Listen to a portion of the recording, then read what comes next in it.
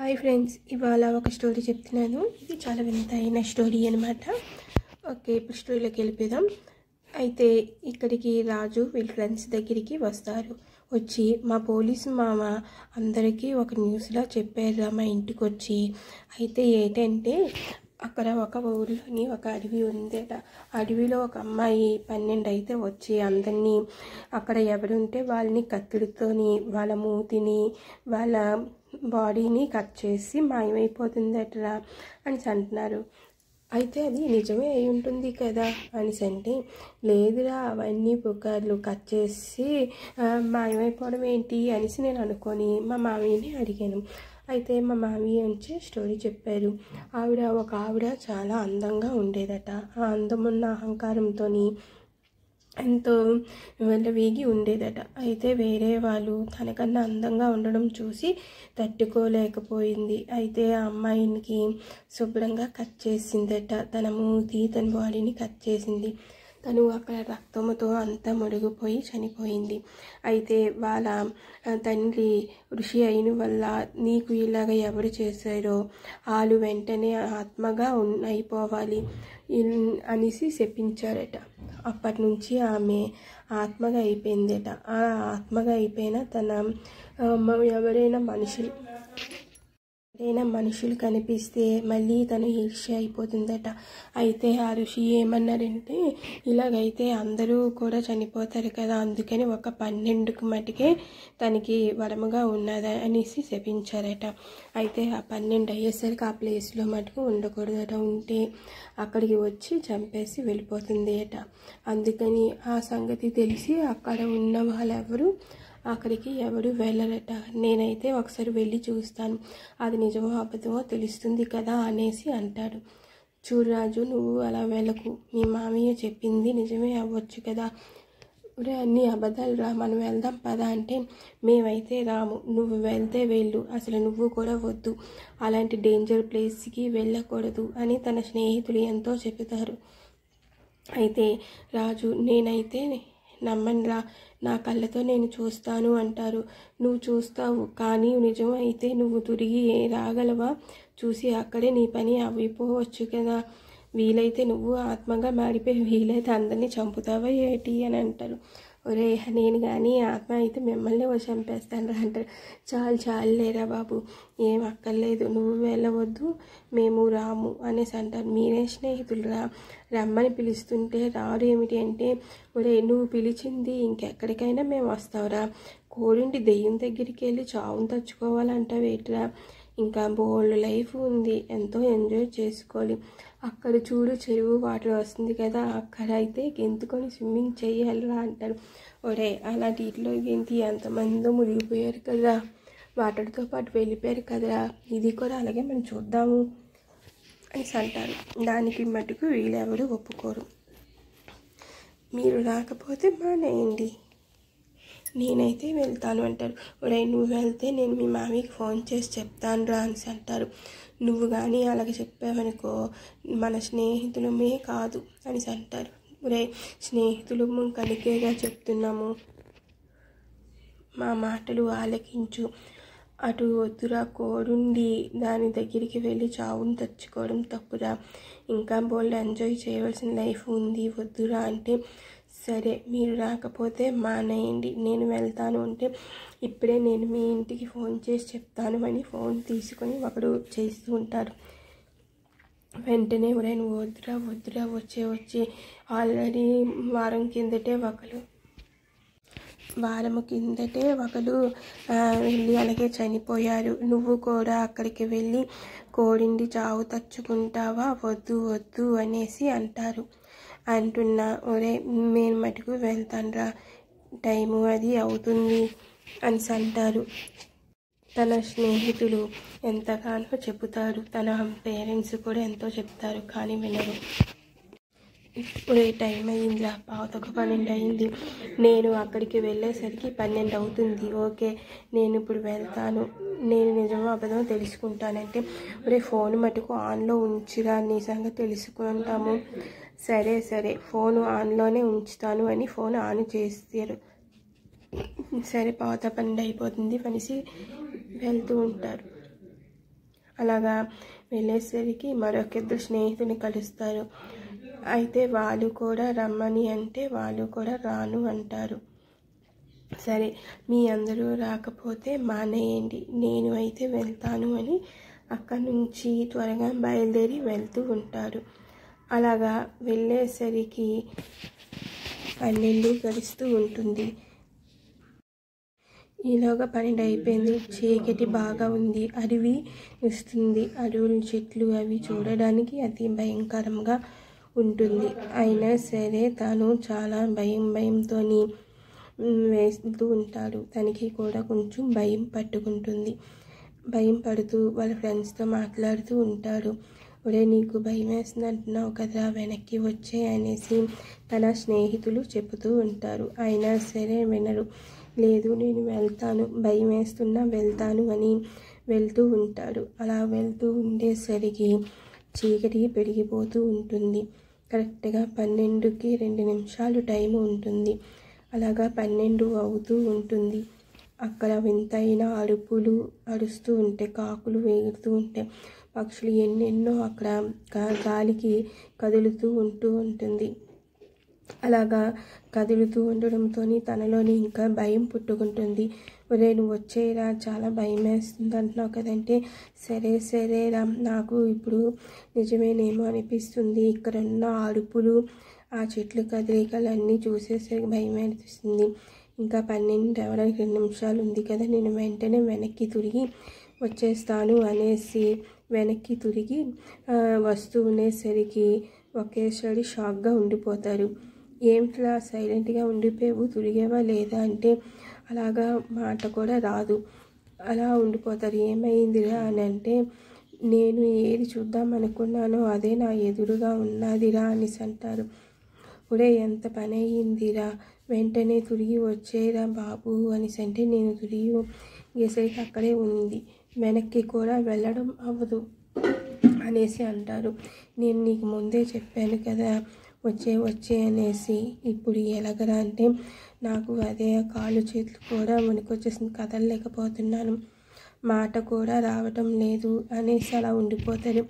ఒరే, మేము వెంటనే వస్తున్నావురా, ఎవరైనా సన్యాసిని పట్టుకొని వస్తాము అనేసి అంటారు. అప్పుడు అక్కడ ఎదురుగా నా లైటింగ్తోని బాగా కనిపిస్తుంది.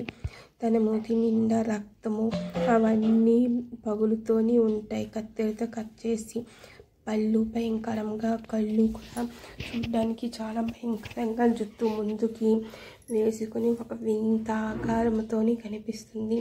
అయితే రాజంటారు, నన్ను క్షమించు, నన్ను వదిలే, నేను వెనక్కి వెళ్ళిపోతాను, నీ గురించి ఎంతమంది చెప్పినా నేను నమ్మలేదు, చూద్దామని వచ్చాను, ఇప్పుడు నిజంగా నమ్మవలసి వస్తుంది, నేను వెళ్ళిపోతాను అనేసి వెనక్కి తిరిగి పరిగెడుతూ ఉంటారు. అయితే ఆ పరిగెడుతూ ఉంటున్నప్పుడు ఇది మళ్ళీ ముందుకి వస్తుంది. వచ్చేసరికి ఇంకా నా పని అయిపోయింది, దీని చేతిలో నేను ఇంకా చావవలసిందే అనేసి అనుకుంటాడు. అయితే తన స్నేహితులు, రే ఏమైంది రానంటే, అది నా దగ్గరికి వచ్చేస్తుంది, నా దగ్గరికి అంటాడు. నీ దగ్గరికి వచ్చిన నువ్వు భయం పడకురా అనేసి అంటారు. లేదురా, అది చూస్తే చాలా భయంకరంగా ఉందిరా, ఇది నిజమే, ఈ రికార్డు మీరు తీసి అందరికీ పెట్టండి, నాలాంటి వాళ్ళు నమ్మని వాళ్ళు ఈ రికార్డు వినేసరికి నమ్ముతారు, ఇది మోసం కాదు నిజము అని తెలుసుకొని వాళ్ళు ఎప్పుడు ఇక్కడికి రారు, కోడిండి వాడి చావుని వాళ్ళు తెచ్చుకోరు. ఇప్పుడు నా పరిస్థితి కూడా అలాగే ఉంది, ఎంతమంది చెప్పినా వినలేదు, మీరు చెప్పినా వినలేదు, కానీ ఇప్పుడు దీన్ని చూస్తే నాకు చాలా భయంకరంగా అనిపిస్తుంది. దాని మూతి అంతా మొత్తం కట్ చేసే ఉంది. ఇప్పుడు నేనేం చేయను, మూతికి మాస్క్ ఉంది, మాస్క్ తీసింది, నాకు భయముగా ఉంది అనేసి అంటారు. ఈలోగా తను జోబీలో నుంచి కత్తిరి కూడా తీస్తుందిరా అని అంటారు. ఒరే పరిగెట్టురా అంటే, తను ఎటు పరిగెడుతున్నా అది నా ముందుకు వచ్చేస్తుందిరా, మాయమైపోయి వచ్చేస్తుంది అనేసి అంటారు. ఒరే, ఇప్పుడు మేము ఇంకో స్వామీజీ దగ్గరికి వచ్చాం, స్వామీజీని తెస్తాను, ఈలోగా నువ్వు ఇటు అటు తప్పించుకొని ఉండురా అనేసి అంటారు. స్వామీజీ, మా స్నేహితుడు ఎలాగా అంటే, సరే పదండి వెంటనే రక్షిద్దాం మీ స్నేహితుడిని అనేసి అంటారు వారు. తర్వాత తన కత్తిరి పట్టుకొని దగ్గరికి వస్తుంది. వీళ్ళు స్నేహితులు స్వామీజీని తీసుకొని వస్తున్నాం, ఒరే ఇంకొక 2 నిమిషాల్లో వచ్చేస్తాం రా, ఈలోగా నువ్వు ఎలాగైనా దాని నుంచి రక్షించుకో అని అనేసరికి నడిపినిపిస్తుంది. ఏమైందిరా అంటే తన కత్తిని తీసుకొని మూతిని ముక్కలుగా కట్ చేసేస్తుంది.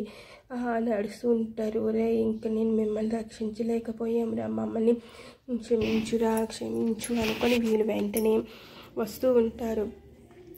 కానీ తను కత్తిరి తీసుకొని మొత్తము కట్ చేస్తుంది. ఇంకా అరుస్తూ తట్టుకోలేకపోతూ ఉంటాడు. ఆ అరుపులు విన్న తన స్నేహితులు కూడా చాలా భయం పడతారు. బాబు ఇంకా మీ ఫ్రెండ్ని మనం రక్షించలేము, అది మొత్తము కట్ చేసినట్లుగా ఉంది, అందుకే అరుపులు కూడా తగ్గిపోయాయి. అందుకే అలాంటి ప్లేసులకి వద్దు అన్నా వెళ్తూనే ఉంటారు. అసలు ఆ చుట్టూ మూయించేయాలి, లేకపోతే ఇలాంటి చావులు వద్దు అన్నా సరే కోరింటి వెళ్తున్నారు, ఎంతమందికి చెప్పినా వినవటం లేదు అనేసి అంటారు. ఈ సంగతాలు పోలీసు మామికి తెలిసి తను వద్దురా అన్నా సరే వెళ్ళిపోయినట్లుగా ఉన్నాడు. వీడు కోడిండి చావును తచ్చుకున్నారు. ఇంకా చుట్టూ మూసేయాలి, లేకపోతే ఇంకా చాలామంది చనిపోతారు, నా మేనల్లుడిలాగా ఎవరికి అవ్వకూడదు అనేసి అనుకుంటాడు ఆ పోలీసు మామ. వెంటనే తను ముక్కలుగా కట్ చేసేసి అక్కడ నుంచి మాయమైపోతుంది. అక్కడ పడిపోయి రక్తంతో మొత్తం ఉంటాడు. తన స్నేహితులు వచ్చేసరికి తను రక్తమొడుగులో చనిపోయి కనిపిస్తాడు. అయితే తనని పట్టుకోబోతుంటే స్వామీజీ అంటారు, వద్దు పట్టుకోవద్దు అని అంటారు. ఏమైంది అంటే మీరు పట్టుకుంటే మీ చేతులు అటు తన మీద పడతాయి, వెంటనే తను మాయమైపోయిన ఆ దెయ్యము మళ్ళీ వచ్చేస్తుంది, ఇక్కడ అందరినీ చంపేస్తుంది అంటే మరి తను అలా ఉండిపోవలసిందేనంటే లేదు, తనని మనం ఇక్కడే కాల్ చేద్దాము అనేసి కిరసనాయిలు అవి పోసి అక్కడ కాల్ చేసి వెళ్ళిపోతారు. అయితే ఈ సంగతి తన పేరెంట్స్ తెలిసి చాలా బాధపడతారు. అలా అంటారు వాళ్ళ మామి, నేను ఎంతమందికో చెబుతున్నాను, ఇలాగ వెళ్ళి చాలామంది చనిపోయారు, అయినా సరే ఎవరు తన మాటలు ఆలకించరు, కానీ దీనికి విముక్తి లేదా అని అంటే విముక్తి ఏమీ లేదు. అందుకే ఆ ఋషి ఒక 12కే టైం పెట్టారు. ఆ 12కి ఎవడు కనిపించకపోతే ఆత్మ వెళ్ళిపోతుంది. అలాగా 2 నెలల వరకు ఏ మనిషి కనిపించకపోతే ఆత్మ విముక్తి చెందుతుంది అనేసి చెప్పారు. కానీ ఎవరు మాటలు వినరు. ఎవడో ఒకరు వారం ఎవడో ఒక చనిపోతూనే ఉన్నారు. ఈసారి చుట్టూ మూయించేద్దాము, అప్పుడు ఎవరు వెళ్ళరు, అప్పుడు ఆ ఆత్మ కూడా విముక్తి చెంది వెళ్ళిపోతుంది అనేసి అంటారు. అప్పుడు పోలీసులు వీళ్ళందరూ కలిసి అక్కడ చుట్టూ అంతా మొత్తం పెద్ద గోడలాగా కట్టేస్తూ ఉంటారు. అలా గోడలా కట్టేస్తూ ఉన్న టైంలోని మళ్ళీ 12 అవుతుంది. ఈలోగా ఒక పోలీసు దొరికిపోతారు. అయితే మిగతా పోలీసులు అందరూ పారిపోతారు.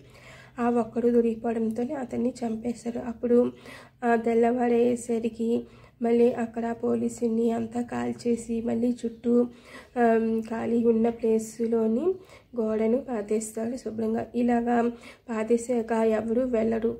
ఈలోగా ఆత్మ 12 అయ్యేసరికి వస్తూ ఉంటుంది. ఎవరు కనిపించరు, ఎవరు చేయరు. ఇలాగా ప్రతిరోజు ఆత్మ వచ్చిన వెళ్ళిపోతూ ఉంటుంది. అలాగా 2 నెలలు కాస్త 2 సంవత్సరాలు గడిచిపోతాయి. ఎవరు రాకపోవడంతో తను విముక్తి చెంది ఆ ఆత్మ అక్కడి నుంచే అలాగ గాలిలో కలిసిపోతూ మాయమైపోతుంది.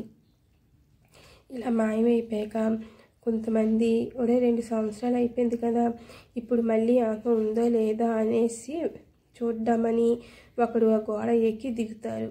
అంతే, హట్మని సౌండ్ వస్తుంది. ఒకేసారి భయం పడి వెనక్కి మళ్ళీ గోడ ఎక్కి దూకి వచ్చేస్తారు. ఏమైందిరా అంటే మళ్ళీ ఉన్నదా ఏమిటో అనేసి అంటారు. అయితే పోలీసులకి మటుకు తెలిసిపోతుంది. ఆ ఆత్మ సీసీ కెమెరాలోని ఇంకా మాయమైపోయినట్టు కనిపిస్తుంది. కానీ వీళ్ళందరికీ ఇలాగే ఉంది, లేకపోతే తెగించి వెళ్తూ ఉంటారు. ఇప్పుడు వీళ్ళు గేలింగ్ వల్ల ఆ సౌండ్కి భయం పడరు, ఇంకా ఎవరు వెళ్ళరు, వీళ్ళు కూడా ఎవరు రారు. ఇంక ఇదే మంచిది అని నిర్ణయం తీసుకుంటారు. అయితే అక్కడ ఇంకా ఆత్మ లేదు అని తెలిసినా సరే అక్కడ గోడ మటుకు పగలగొట్టరు, అది చుట్టూ అలాగే మూసి ఉంచేస్తుంటారు. ఓకే ఫ్రెండ్స్, ఇది మీకు ఈ స్టోరీ నచ్చుతుంది అనుకుంటున్నాను. ఎవరైనా న్యూ ఉంటే ప్లీజ్ లైక్ చేసి సబ్స్క్రైబ్ చేసుకోండి. మళ్ళీ మరొక స్టోరీతోని మళ్ళీ వద్దాము. ఓకే ఫ్రెండ్స్, ఇంకా మీ అందరికీ బాయ్ ఫ్రెండ్స్, బాయ్.